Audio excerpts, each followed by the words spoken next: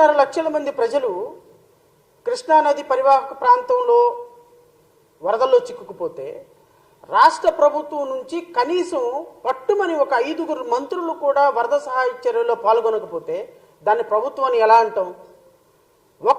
కనీసం ఆ నియోజకవర్గానికి చుట్టుపక్కల ఉన్నటువంటి ఎమ్మెల్యేలు కూడా సృజనా చౌదరి ఎందుకు రాలేదు?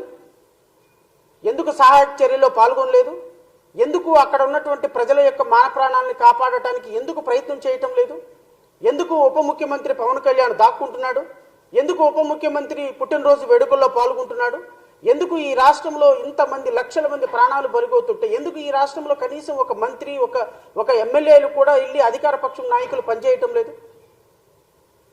ఎందుకు ఈ రాష్ట్రంలో 3 లక్షల మంది పిల్లలు 3 లక్షల మంది అన్నమో రామచంద్ర అని ఆర్తనాదాలతోటి గత 3 రోజుల నుంచి అన్నం లేక నీళ్లు లేక బాధపడుతుంటే ప్రాణానికి వడ్డీ ఎప్పుడు బతుకుతాము ఎప్పుడు చచ్చిపోతాము తెలియక దుర్మార్గ పరిస్థితుల్లో ఉంటుంటే ఎందుకు ఈ రాష్ట్ర ప్రభుత్వం వాళ్ళని పట్టించుకోలేకపోతుంది?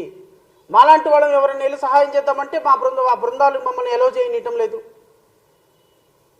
సో రాష్ట్ర ప్రభుత్వం పూర్తిగా విపత్తును మేనేజ్ చేయడంలో పూర్తి స్థాయిలో విఫలం చెందింది. ఈ రాష్ట్రానికి చెందినటువంటి మంత్రులు కానీ ఎమ్మెల్యేలు కానీ ముఖ్యమంత్రి కానీ కనీసం ప్రజలని ఒక ఎఫర్మేటివ్ వేలో ప్రివెంటివ్ మెథడ్స్ తీసుకొని వరదని తగ్గించడానికి ఏ విధమైన చర్యలు తీసుకున్నారు? ఏ విధమైన చర్యలు తీసుకోలేదు. ఏదో ఒక పడవేసుకొని 4 జాకెట్లు వేసుకొని అక్కడికి వెళ్ళి మాట్లాడుతున్నారు తప్ప ఇప్పటికీ 48 గంటలు దాటి కొన్ని ప్రాంతాల్లో 72 గంటల వరకు కూడా ఇప్పటి వరకు కూడా ఆహారం అందని మంచినీళ్ళు అందని కొన్ని లక్షల మంది ఇబ్బంది పడుతూ ఉంటే ఏ ఒక్క అధికారి స్పందించడు, ఏ మంత్రి ప్రాంతం అక్కడికి వెళ్ళడు, ఏ ఎమ్మెల్యే పట్టించుకోడు. ఉండటానికి మాత్రం 164 మంది ఎమ్మెల్యేలు 164 మంది ఎమ్మెల్యేలు కేంద్ర ప్రభుత్వంలో కేంద్రంలో మంత్రులు, మన రాష్ట్రం నుంచి కేంద్ర మంత్రులు, మన రాష్ట్రం నుంచి మన రాష్ట్రంలో ఉన్నటువంటి ఎంపీలతోటి కేంద్రంలో ఆధారపడి చేసేటువంటి ప్రధానమంత్రి, ఫోన్ చేయగానే పలికేటువంటి ప్రధానమంత్రి. మరి ముఖ్యమంత్రి గారి కంటే పాపం యాక్సెస్ లేదనుకోవచ్చు, ఉప ముఖ్యమంత్రి గారికి ఎందుకు యాక్సెస్? పొద్దున్న లెగిస్తే ప్రధానమంత్రితో, పొద్దున్న లెగిస్తే అమిత్ షా గారితో, పొద్దున్న లెగిస్తే ఆర్థిక మంత్రితో సమావేశం అయ్యే పవన్ కళ్యాణ్ గారు కనీసం విపత్తు గురించి కనీసం ఒక్క ప్రాంతాన్ని కూడా సందర్శించకుండా ఒక్క కేంద్ర మంత్రితో మాట్లాడకుండా, కేంద్ర సహాయ శాఖ కేంద్ర సంఘాలతో మాట్లాడకుండా, కేంద్ర ప్రభుత్వంతో మాట్లాడకుండా, ఇక్కడ ఉన్నటువంటి రిహాబిటేషన్, ఇక్కడ ఉన్నటువంటి విపత్తులు చిక్కుకుపోయినటువంటి లక్షల మందిని బయటకు తీసుకొచ్చే ఒక్క ప్రివెంటివ్ మెథడ్ కూడా తీసుకోకుండా నిమ్మక నీరెత్తినట్టు కూర్చుంటే దాని ప్రభుత్వం అని ఎలా అనగలమండి? నేను ఈ రాష్ట్రంలో విపత్తులో చిక్కుకున్న ప్రజల నుంచి బిక్కుబిక్కుమంటూ బతుకుతున్న ప్రజలకి మీరు ఈ రాష్ట్ర ప్రభుత్వం ఏం సమాధానం చెప్తుంది అంటే అక్రమ కట్టడాల్లో నివసించి అక్రమ కట్టడాల్లో మీరు నివసించండి అని మిగతా వాళ్ళందరినీ ప్రోత్సహించేటువంటి ముఖ్యమంత్రి ఈ రాష్ట్రంలో ఉండగా ఇక ఈ రాష్ట్రంలో ఎవరు సక్రమంగా నివసిస్తున్నారని చెప్తారో అని రాష్ట్ర ప్రజలు అనుకుంటున్నారు. ఖచ్చితంగా దీనికి సమాధానం చెప్పి తీరాలి కదా.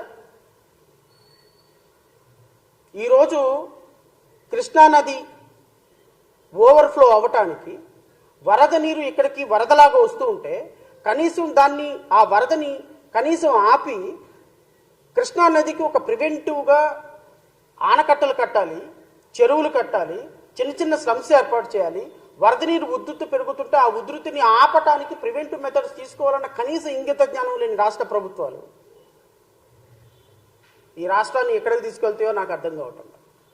2024 సంవత్సరంలో గట్టిగా ఒకరోజు వాన పడితే 3,50,000 మంది నిరాశ్రయులైపోయి ప్రాణాలు అరిచేతులు పెట్టుకుని బిక్కుబట్టే బ్రతికే పరిస్థితుల్లో మన ప్రజాస్వామ్య వ్యవస్థను తీసుకొచ్చినటువంటి ముఖ్యమంత్రులకి జోహార్.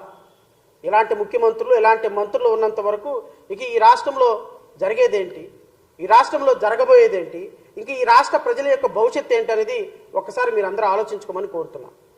ఈ సందర్భంగా నేను గత ప్రభుత్వంలో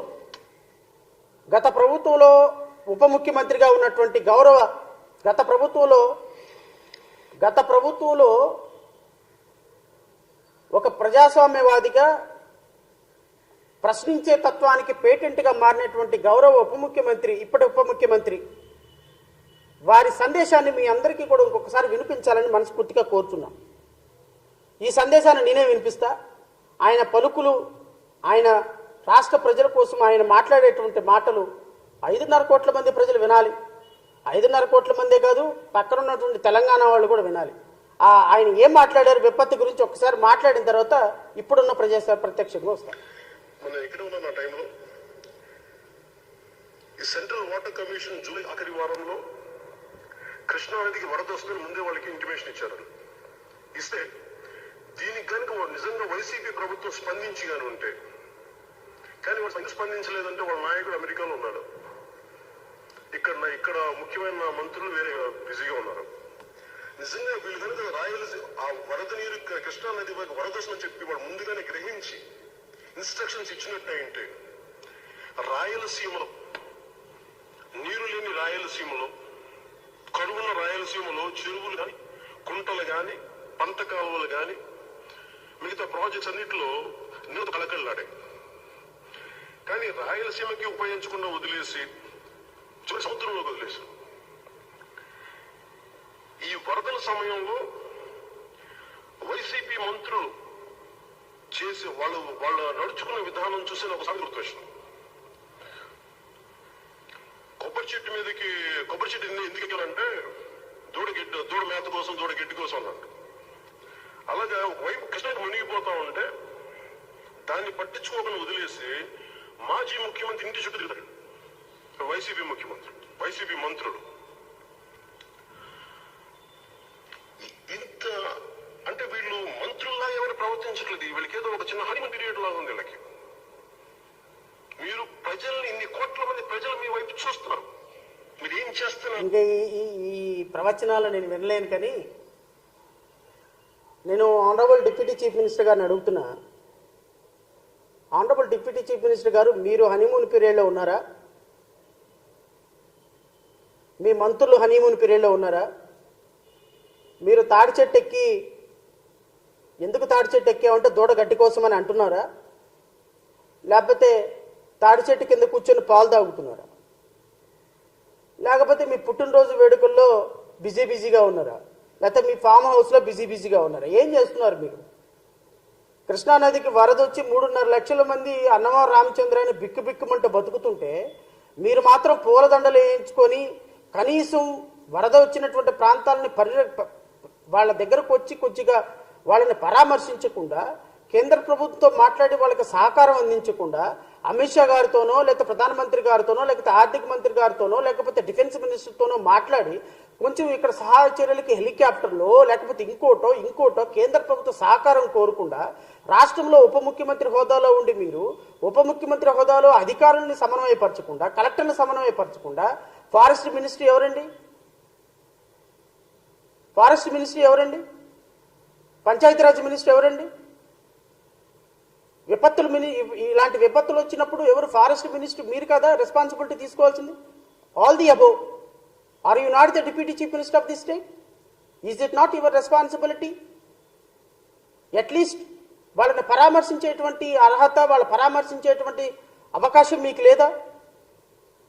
మీరు మాట్లాడితే మాత్రం గత ప్రభుత్వంలో వైసీపీ ప్రభుత్వం అంట హనీమూన్ పీరియడ్లో ఉన్నారంట మినిస్టర్లు, ఎవడం అంట పట్టించుకోలేదు అంట. హనీమూన్ పీరియడ్లో ఉన్న వాళ్ళకంట కృష్ణా నదికి విపత్తు వస్తుందని వారం రోజుల ముందు చెప్పినప్పటికీ కూడా ఏ విధమైనటువంటి చర్యలు తీసుకోకుండా వాటర్ మొత్తాన్ని సముద్రంలో వదిలేశారంట. మరి మీ దగ్గర సిస్టమ్ లేదా? మీకు చెప్పలేదా? కృష్ణా నదికి వరద వస్తుంది, వర్షం వస్తుందని వాతావరణ పరిశోధన కేంద్రం 15 రోజుల నుంచి మొత్తుకుంటుంది. We're getting all messages every day, we're getting messages, weather alert. మీరు గాడిదలుగా వస్తున్నారా? మీ ప్రభుత్వంలో మంత్రులు గుడ్డి గుర్రానికి పళ్ళుగా అవుతున్నారా? మీ ముఖ్యమంత్రి నిద్రపోతున్నాడా అక్రమ కట్టడంలో? ఏం చేస్తున్నారా మీరు?